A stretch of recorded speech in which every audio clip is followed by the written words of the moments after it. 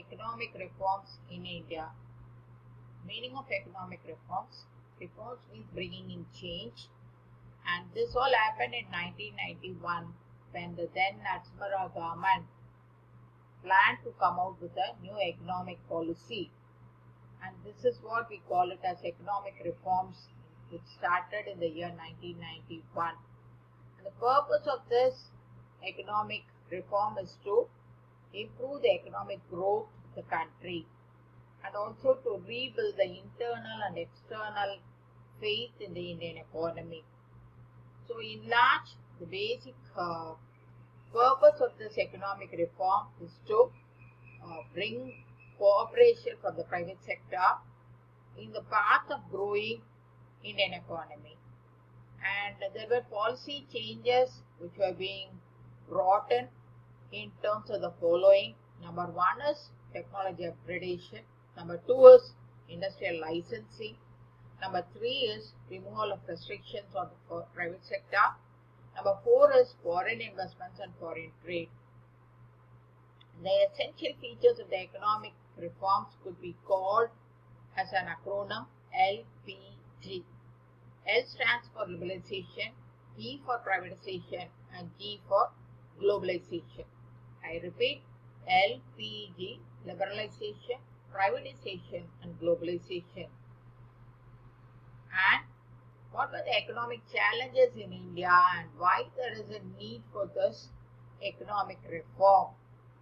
Actually, after independence in 1947, Indian economy was in deep trouble because Indian economy was completely relying upon the agriculture sector, and the problem with the agriculture sector at that time was it was employing more number of people and the productivity was pretty less. So in short, we can say that it has surplus labor and less productivity. And the problem with the industrial sector at that time here in India was modern technologies, less investments, capacity building was less, infrastructure was not up to the mark, and public orientation. These were some of the issues which were being faced by India. Other than this, other problems of India were, number one is population growth. That is, in the current, we all know that in the current status, India stands next to China in terms of population in the world. The current population is more than 130 crores. So, at the period of independence and up to 1990, population was being considered as one of the greatest drawback for India, rather one of the greatest weakness for India, because Indian government needs to spend much of its money in terms of taking care of its citizens, basic requirements like that of food, clothing, medicine, shelter, education and health. So this has become a greater burden and economic growth couldn't be seen. And next one is the rate of growth of unemployment. As we know that the population is much more higher, and because of this enormous population, the unemployed population is also more. And third one is capital formation. So due to high population, India was having constraints in terms of capital, and of course all the money which was being available, all the money and other resources like gold, silver, which were being available in the country were being looted by almost all the foreign invaders, which happened in the first 20 centuries. So that becomes a problem for India. So everything was being looted away, the money was being taken away from this country, gold, silver and almost all the money was being taken away from this country by the foreign invaders like British and others, earlier invaders. So this has resulted in problem in terms of capital formation. Next one is inequality in terms of wealth. There was a huge gap between the rich and the poor, and that was again one of the reason for economic issue in India. Coming to the next one, what is economic reforms? The economic reforms normally which has come in order to bring in change. So economic reforms normally indicates to deregulation or at times decrease the size of the government to eliminate deformities caused by management or the presence of administration rather than current or raised regulations or government plans to lessen perversions created by market failure. So economic reforms, we can say that there is a need for economic reform. And what is economic reform basically? And what this new economic policy, that is NEP, does, what is the objective part of it? So let us go into detail. Economic reform is nothing but the role of the government which was being minimized and the role of the private sector which was being increased. So that's point number one. So the government has brought in policy changes and rules and regulations which will help the economy to grow by means of opening up the economy and by means of allowing the private players to gain importance in the Indian economic growth. Until then, 1990, the government played a very important role and the public sector undertakings were being given more importance rather than private sector. So this is what happened in between 1947 to 1990. And in 1991, Manmohan Singh government has brought in this 1991 economic reforms.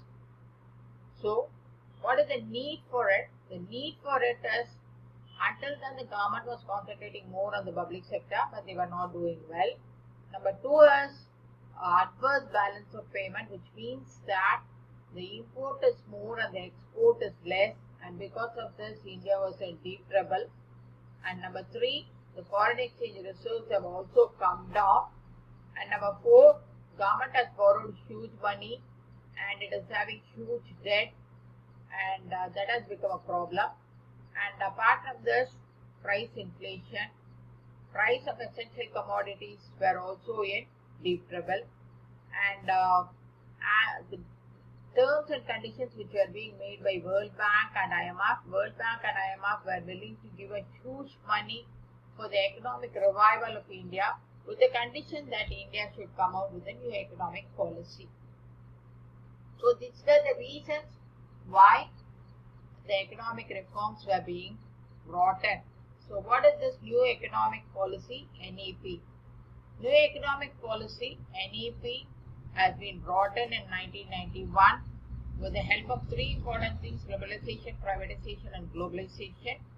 And there are two important measures which were being done through new economic policy. One is stabilization measures, two is structural reform measures. Stabilization measures help the country to stabilize, to bring in stabilization in terms of its economic growth, and structural reforms were being aiming at the long-term growth of the economy. So in stabilization, they have done two. One is corrective adverse balance of payment. So immediately they wanted to correct the adverse balance of payment, that is the negative balance of payment. Number two is to tackle the price levels, increase in price levels, that is the inflation part of it. And in structural reforms, they have attempted to do two. One is they wanted to improve the efficiency, and number two is they wanted to remove the trade restrictions. Now we will be seeing the need for economic reforms in detail. Okay. Number one is the poor performance of the public sector. Public sector undertakings were being given utmost importance till 1990, but the performance of public sector undertakings were quite disappointing, and they were incurring huge losses because of inefficient management. And the reason could be, as the government employees were enjoying a permanent job part of it, they were unable to perform well. And next one is adverse BOP, that is the balance of payments, which means the imports exceeded the exports. Imports grew at a very high rate without matching the growth of exports, and government, although putting a lot of restrictions in terms of imports, the imports were more in number, although the exports were very less because of the poor quality and we were not price competitive in the international market. Next one is fallen foreign exchange reserves. Foreign exchange reserves, that is the foreign currencies, are normally a government needs to maintain it, and in order to import petrol and other important items, and it has dropped beyond the limit, and country was in deep trouble. So the government was not able to repay its borrowings from abroad. So that has resulted in huge debt trap for the Indian government. So at this time, IMF said that they are willing to help India, providing India comes out with a new economic policy. Inflationary pressure was also there. Inflation means all of us know that increase in price levels. So there was constant increase in the price of essential items, and because of this inflation, there is a need for new set of policies which will control this inflation, and that's the reason for this new economic policy. Then we have the terms and conditions of World Bank and IMF. So World Bank and IMF, as we have seen it earlier, were willing to give $7 billion to India in order to repay its debt and also to maintain its foreign exchange reserves and all. But with that basic agreement that India should come out with its new economic policy. And these were the basic reasons of new economic policy. The need for, so in this we have seen the need for new economic reforms. What is new economic reforms? So thank you.